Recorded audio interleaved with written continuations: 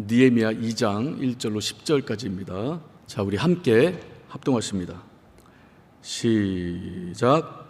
아닥사스다 왕 20년 니산월에 왕의 앞에 술이 있기로 내가 들어 왕에게 드렸는데 이전에는 내가 왕의 앞에서 수색이 없었더니 왕이 내게 이르시되 내가 병이 없거늘 어찌하여 얼굴에 수색이 있느냐 이는 필연 네 마음에 근심이 있음이로다. 그때 내가 크게 두려워하여 왕께 대답하되 왕은 만세술을 하옵소서. 나의 10주의 묘실 있는 성읍이 이제까지 황무하고 성문이 소화되었사오니 내가 어찌 얼굴에 수색이 없사오리까. 왕이 내게 이르시되 그러면 내가 무엇을 원하느냐 하시기로 내가 곧 하늘의 하나님께 묵도하고 왕에게 고하되 왕이 만일 즐겨하시고 종이 왕의 목전에서 은혜를 얻었사오면 나를 유다 땅 나의 10주의 묘실 있는 성읍에 보내어 그 성을 중건하게 하옵소서 하였는데 그때 왕후도 왕의 곁에 앉았더라.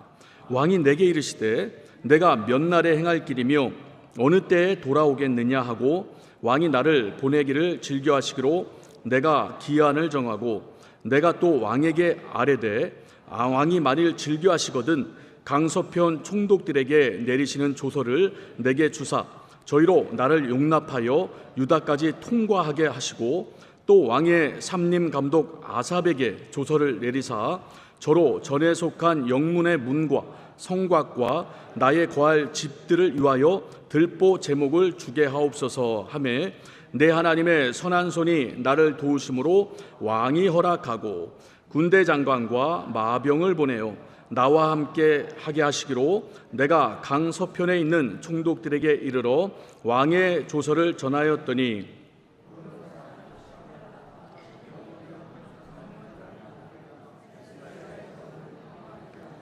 사람이 왔다 함을 듣고 심히 근심하더라. 아멘. 우리가 지난주에 예레미야 1장을 함께 나눴습니다. 예레미야는 포로 3세입니다. 할아버지가 바벨론 시절에 잡혀와서 이제 페르시아가 바벨론을 점령하고 그 안에서 이제 포로로 지냈던 사람이죠. 그런데 예레미야는 왕궁에 살았어요. 다시 말하면 아닥사스다 왕을 섬기면서 술 관원장으로 왕을 옆에서 보필했습니다. 그래서 느헤미야는 부족한 것이 없어요. 더할 나위 없이 모든 것을 누리고 있었던 사람입니다.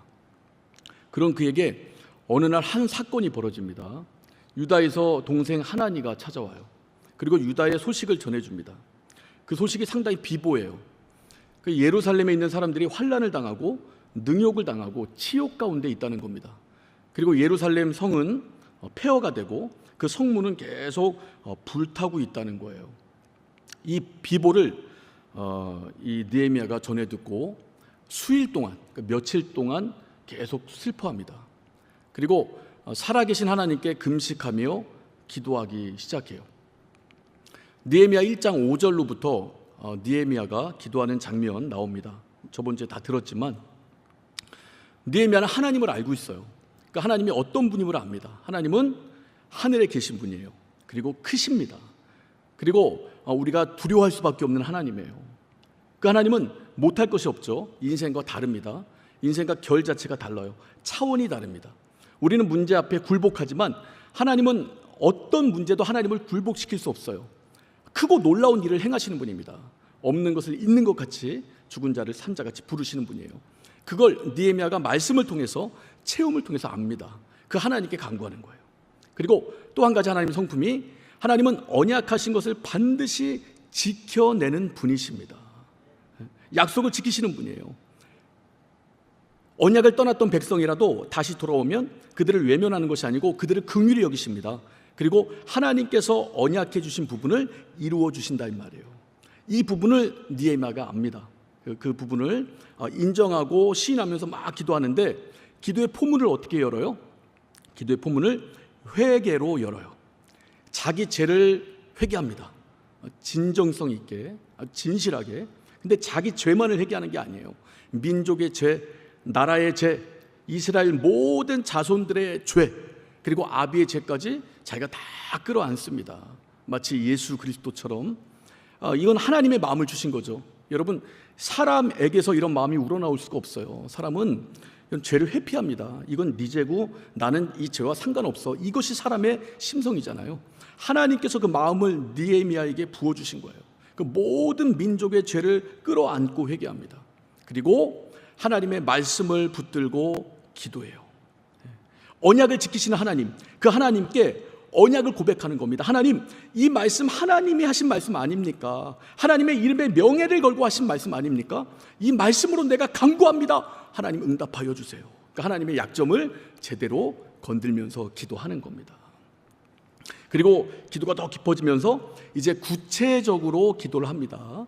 우리 1장 11절에 보면 이 사람 앞에서 내가 은혜를 얻게 하옵소서라고 고백한다 이 말이에요. 이 사람이 아닥사스다 왕입니다. 여러분, 예루살렘이 이렇게 황폐화된 이유, 절대적인 이유가 이 아닥사스다 왕 때문에 그래요. 그러니까 예루살렘의 성벽만 건축됐어도 외부의 침입이 막아줬을 겁니다. 근데 아닥사스다 왕이 성벽 건축하지 마라 명을 내렸어요. 이스라엘을 방해하는 이방 민족들이 이 고발장을 내고 그 고발장을 접수한 페르시아 관리들이 왕께 상소를 올립니다. 이스라엘 잘 살펴보셔야 됩니다. 왕이시여. 이 아닥사스다 왕이 실제로 역사서를 뒤져봐요. 그 왕실에 있는. 그리고 이스라엘이 강력했을 때, 예를 들면 다윗이나 솔로몬이 이스라엘을 통치했을 때 어느 정도로 위협이 됐는가를 직접 눈으로 보는 거예요. 여러분, 솔로몬이 이스라엘을 통치할 때 그 주변 나라들이 이스라엘에게 조공을 바치고 조세를 바쳤습니다. 아주 힘이 막강했어요. 그러니까 페르시아 왕 아닥사스다 왕이 볼 때 가만 놔두면 위협이 되는 거예요. 이거 큰 위협이다. 그래서 왕이 왕명으로 어명으로 이 성벽을 건축하지 말아라 명령을 내렸다 이 말이에요. 근데 여러분, 지금 느헤미야는 그러니까 이 키를 쥐고 있는 왕의 마음이 바뀌어야 되는 겁니다. 예를 들면 어명을 내린 왕이 이 어명을 처리해야 되는 거예요. 그런데 페르시아 이 법이 있다고 그래요. 법에 따르면 왕이 불허했던 것을 언급하는 것만으로도 죽을 수 있다는 법령이 있답니다. 그러니까 왕이 한번 어명을 내렸어요. 근데 이것 왕이시여 다시 한번 생각해 보는 것이 이 말만 해도 죽을 수 있다는 거예요. 그러니까 보통 일이 아닌 겁니다, 여러분. 그래서 이 사람 앞에서 큰 은혜를 받지 못하면, 아닥사스다 왕 앞에서 은혜를 받지 못하면 여러분, 느헤미야의 모든 예루살렘을 회복시키려는, 정말 하나님 안에서 그 하나님의 뜻을 이루려는 모든 계획이 무산된다 이 말이에요. 그러니까 아주 간절하게 전심으로 진심으로 하나님께 기도를 합니다. 그리고 시간이 흘렀어요. 이 느헤미야가 기도를 시작한 때가 기슬르월입니다. 근데 우리 2장 1절을 보면 아닥사스다 왕 20년 니산월 이렇게 표현되어 있죠. 기슬르월은 12월이에요. 니산월은 4월입니다. 그러니까 4개월가량 집중적으로 느헤미야가 기도를 한 거예요. 그런데 아무런 변화가 없어요. 아무런 하나님의 일하심의 흔적이 보이지 않습니다. 여러분, 우리가 기도를 하다가 멈추는 이유가 뭡니까? 내가 분명히 믿음으로 기도를 했는데, 이렇게 간절히 기도했는데 하나님 응답 주시는 거 맞아요? 하나님 응답 주신다고 약속했지 않습니까? 응답이 오는 거 맞습니까? 이렇게 여러분, 하나님의 응답을 의심하게 된다 이 말이죠. 다시 말하면 기다리지 못한다 이 말이에요. 여러분, 기도의 권리는 우리에게 있습니다. 그러나 응답의 권리는 하나님께 있습니다. 그 하나님은요, 하나님의 때에 반드시 응답을 주셔요. 그래서 믿음은 크신 하나님을 의지하고 약속을 지키시는 하나님을 의지하고 기다리는 거예요. 이게 바로 믿음입니다. 자, 우리 시편 40편 1절 한번 보겠습니다. 함께 읽겠습니다. 시작.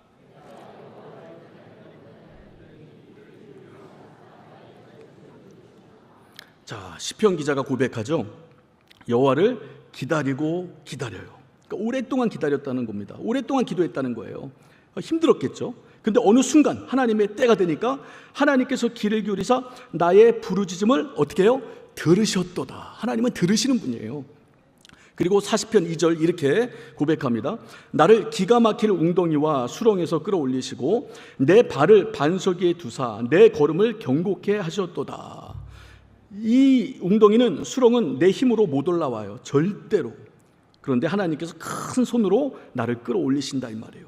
그리고 내 발을 결국 반석 위에 두십니다. 내 걸음을 경고케 하신다 이 말이에요.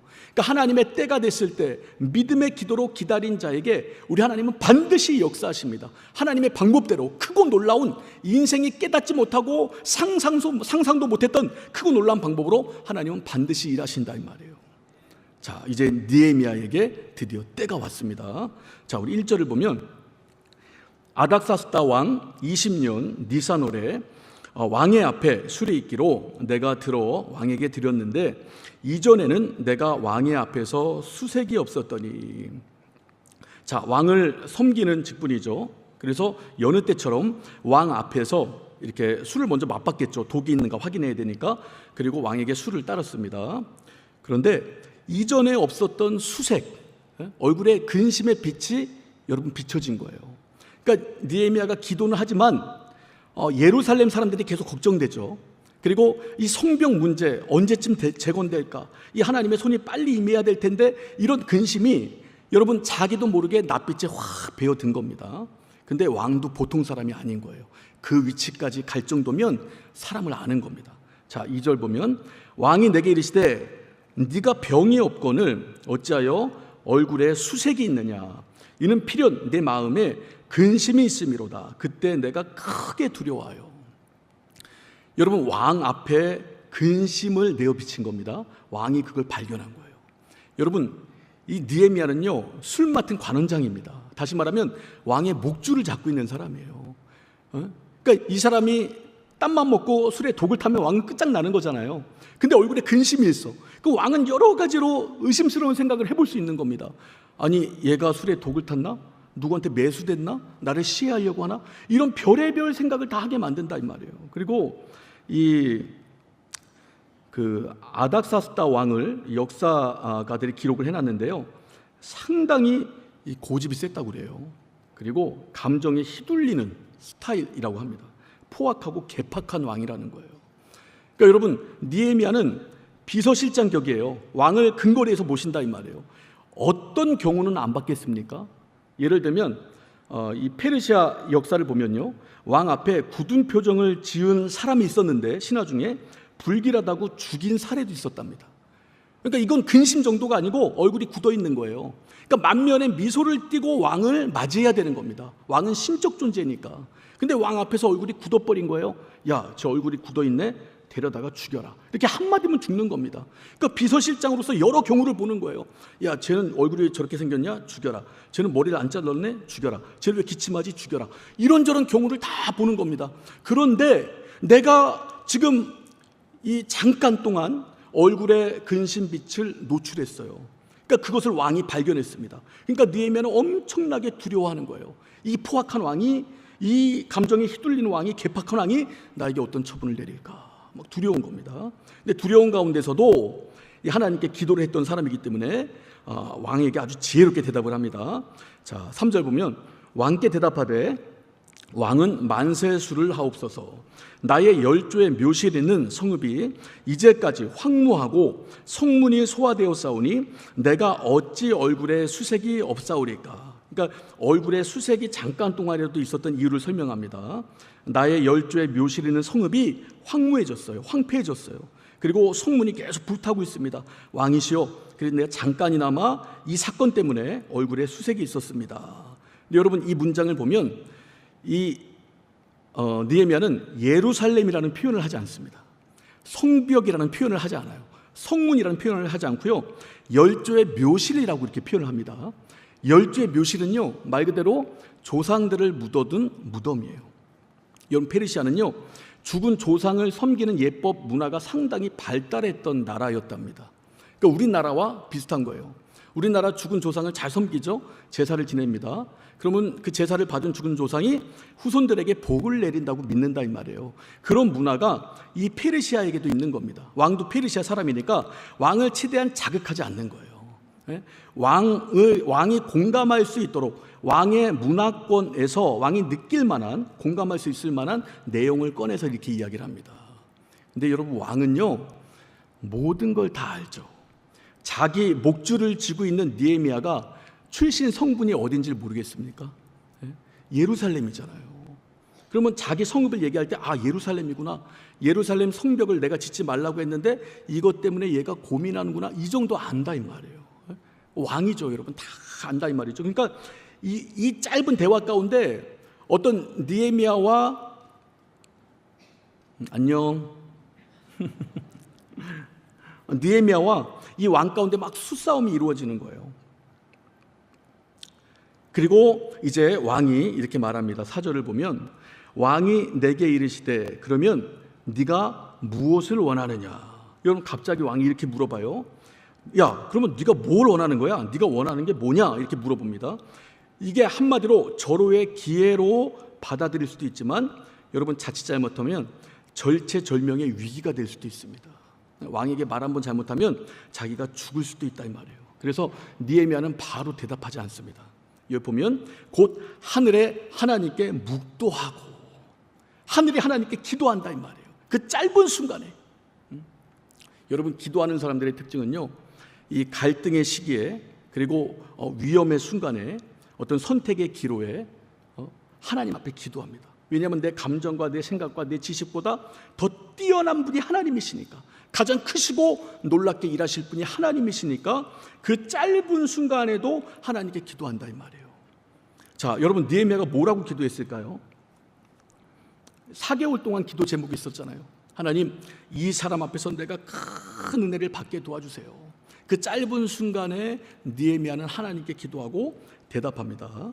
자, 5절 보면 왕에게 고하되 왕이 만일 즐겨하시고 종이 왕의 목전에서 은혜를 얻어싸우면 나를 유다 땅 나의 열조의 묘실에 있는 성읍에 보내어 그 성을 중건하게 하옵소서 하였는데, 여러분, 아주 겸손하게 말하는 것 같지만요, 이 말 안에는 뼈가 있습니다. 여러분, 이 유다 땅 예루살렘 성벽을 짓지 말라 막은 자가 왕이에요. 그런데 그 성을 중건하게 해달라고 담대하게 말합니다. 그것도 왕의 심기를 불편하게 만드는데 왕이 정말 총애하고 신뢰하는 자기가 직접 가겠다는 거예요. 그러니까 성벽을 건축하겠습니다. 이것도 왕에게 심중에 걸리는 얘기인데 왕이 신뢰하고 이 사람 가면 또 누굴 뽑아요? 가장 믿을 만한 사람을 옆에 둬야 될 텐데 여러분, 그 작업이 또 보통 일이 아니잖아요. 그러니까 2가지 정도 왕의 심기를 건드리는 일이에요. 아주 겸손하게 표현했지만, 근데 이때 이제 하나님께서 역사하십니다. 자, 6절 보면 그때 왕후도 왕의 곁에 앉았더라. 여러분, 갑자기 왕후가 등장합니다. 그 왕후가 있든 없든 무슨 상관이에요? 근데 이 구절을 보면 왕후를 들먹인다 이 말이에요. 여러분, 이 페르시아 왕국의 관습상 왕후는 어전회의나 정치 모임과 같은 공식 석상에는 절대 자리할 수 없다는 겁니다. 그러니까 여러분, 이 자리는 공식적인 회의 자리가 아니고 어전 회의 자리가 아니고 지극히 사적인 자리라는 거예요. 그러니까 여러분, 왕이 공식 석상이면 신하들 앞에서 자기가 예루살렘 성벽 짓지 말라고 했는데 그래 한번 줘봐라 이런 말 했을 때 왕 체면이 뭐가 됩니까? 근데 이건 사석이에요. 왕이 여러분 마음이 열려 있는 상태입니다. 이제 이렇게 왕과 동석해 있는 상태에서 이 왕이 이렇게 말해요. 자, 왕이 내게 이르시되 네가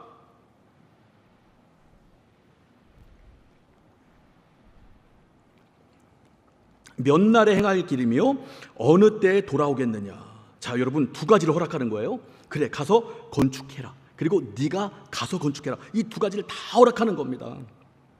그 아주 감정이 휘둘리고 포악하고 개팍하고 고집센 왕이 여러분 이렇게 허락하는 거예요. 그러니까 여러분, 우리 하나님의 일하심이 상당히 신묘막측합니다. 그러니까 하나님께서 4개월 동안 느헤미야를 기도하게 하셨어요.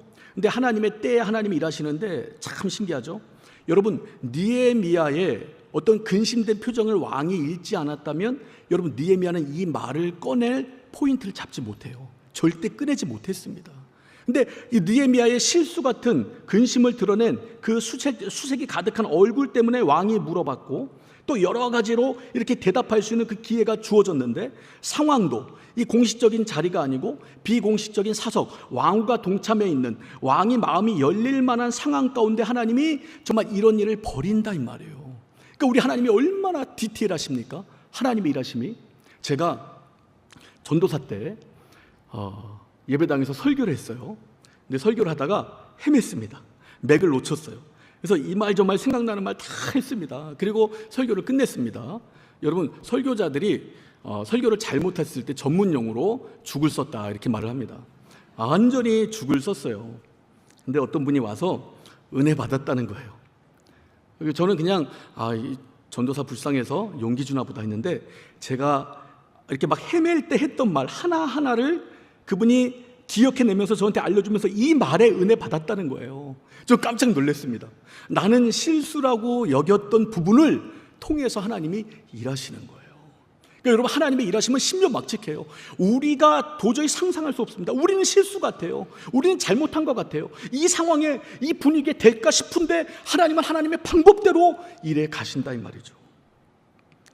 자, 그리고 내가 몇 날에 행할 길이며 어느 때 돌아오겠느냐 왕이 묻죠. 그리고 그 말을 듣자마자 왕이 나를 보내시기를 즐겨하시기로 느헤미야가 대답합니다. 내가 기한을 정하고. 그러니까 왕이 물었을 때 느헤미야가 글쎄요, 한 2년, 3년 걸릴려나요?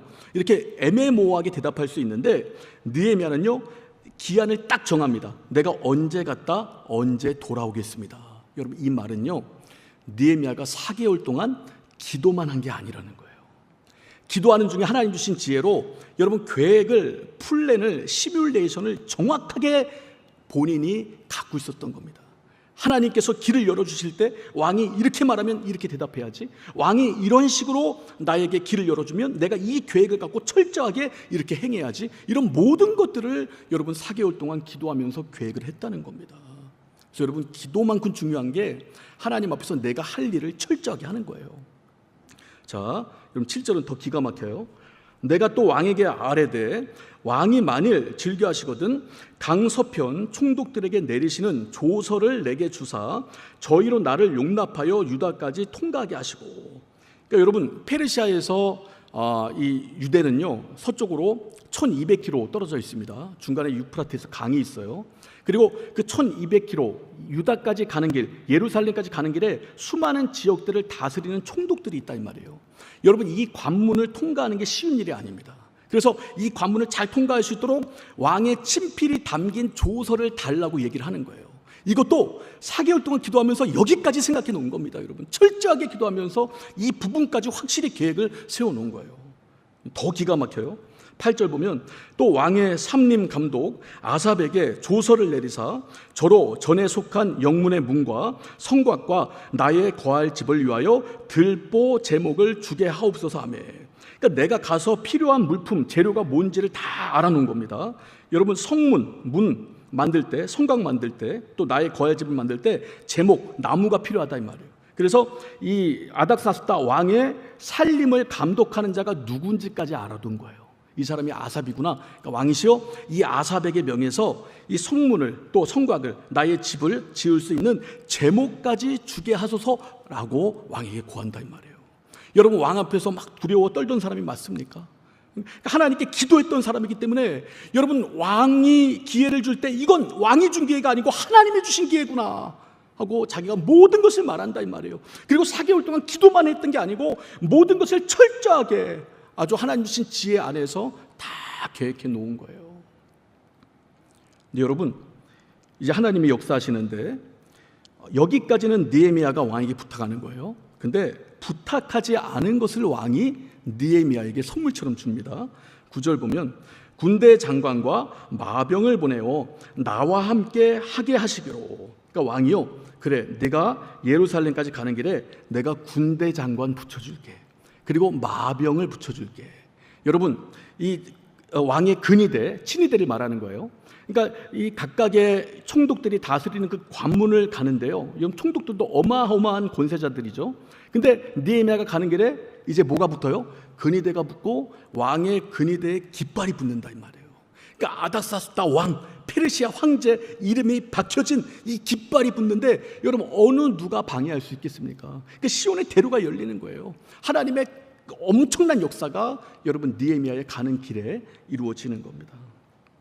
자, 우리 10절 마지막으로 보면 호론 사람 산발락과 종되었던 암몬 사람 도비아가 이스라엘 자손을 흥황케 하려는 사람이 왔다함을 듣고 심히 근심하더라.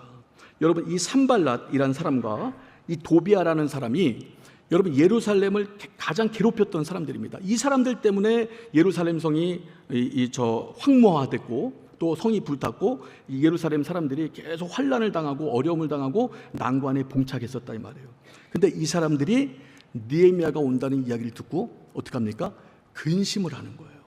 여러분 이 사람들은요 예루살렘 그 근처 지역을 담당하는 페르시아 지역 관리들, 이들이 자신들의 빽이라고 여겼습니다. 근데 느헤미야는 지금 누구의 이름으로 예루살렘이 옵니까? 페르시아 왕 아닥사스다 이름으로 온다 이 말이에요. 그러니까 아무리 지역 관리가 심히 좋아도 왕 앞에서는 아무것도 아니죠.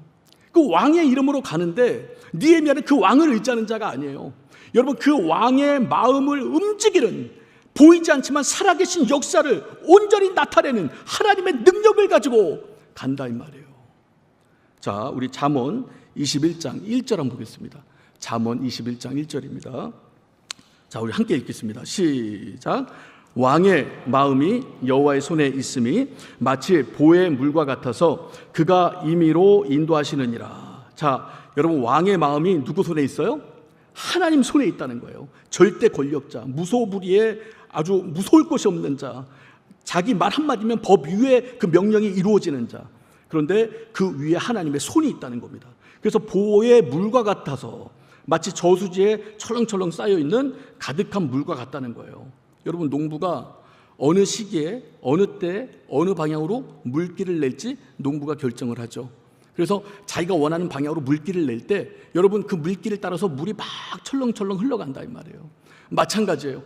여러분 하나님이 일하실 때 무소불위의 권력을 가진 왕까지라도 하나님이 그 마음을 움직여서 역사하시는 겁니다. 우리는 성경을 보죠. 바로 왕이나 느부갓네살 왕이나 고레스 왕이나 아하수에로 왕이나 아닥사스다 왕이나 하나님을 인정하지 않아요. 근데 하나님께서 역사를 주관하시면서 하나님의 큰일을 감당하실 때마다 이들이 한 몫이 간다 이 말이에요. 이들의 명령이 있거나 정말 이들의 마음이 변화가 되거나 그 순간이지만 하나님의 일이 동역하게 된다 이 말이에요. 우리 하나님은 믿는 자만의 하나님이 아니고 믿지 않는 자들까지라도 하나님의 일에 그 사람들 마음을 감동시켜 온전히 동역자로 만들어버리는 분이 우리 살아계신 하나님이시라는 겁니다. 여러분 이 산발락과 암몬 사람 도비아가 예루살렘 사람들을 너무나 힘들게 했는데 이제 하나님의 이름으로 느헤미야가 갈 때 이들이 두려워하고 막 떱니다. 아무리 우리 대적이 강할지라도 여러분 악한 영들의 역사가 충만히 우리를 그동안 방해했다 할지라도요, 여러분 우리가 가지고 있는 하나님의 이름, 크신 하나님의 이름, 하늘에 계시고 크시고 두려우신 하나님의 이름, 약속을 지키시는 그 하나님을 우리가 붙들고 기도하며 나아갈 때 어떤 악한 영적 존재들일지라도 우리 앞에서 벌벌 떨면서 역전되는 상황이 벌어지게 될 것입니다. 여러분 느헤미야는 이렇게 예루살렘에 도착합니다. 그리고 우여곡절이 있었지만 52일 만에 성벽을 재건해요. 성전 짓는데 21년 걸렸습니다. 수룹바벨 성전이. 근데 이 어마어마한 성벽을 짓는데 52일 만에 하나님의 손이 함께했다 이 말이에요. 그리고 예루살렘에 여러분 하나님 주신 평안이, 하나님 주신 위로가 임해요. 느헤미야 이름이 뭐라고 그랬어요? 하나님의 위로. 그 이름대로 하나님의 위로가 임합니다.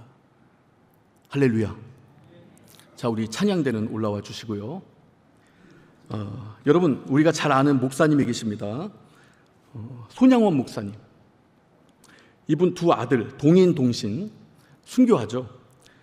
죽인 안재선 씨를 자기 양자로 삼습니다. 이분이 기도에 대해서 이렇게 말해요. 손양원 목사님이 하루 중 제일 가치 있는 시간이 기도하는 시간이다. 또 일 중에 일이요 생활 중에 생활이 바로 기도다. 기도에 실패하면 만사에 실패한다.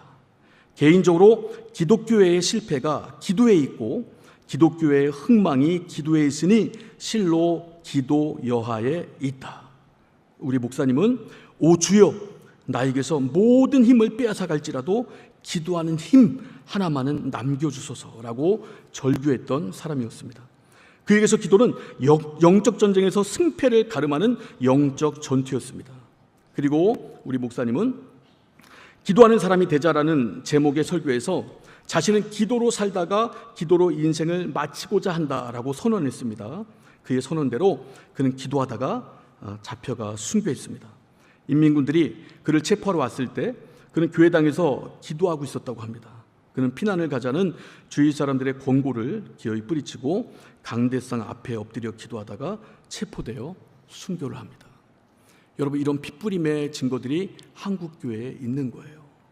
여러분, 우리가 기도할 때 우리 각각 개인들이 살아납니다.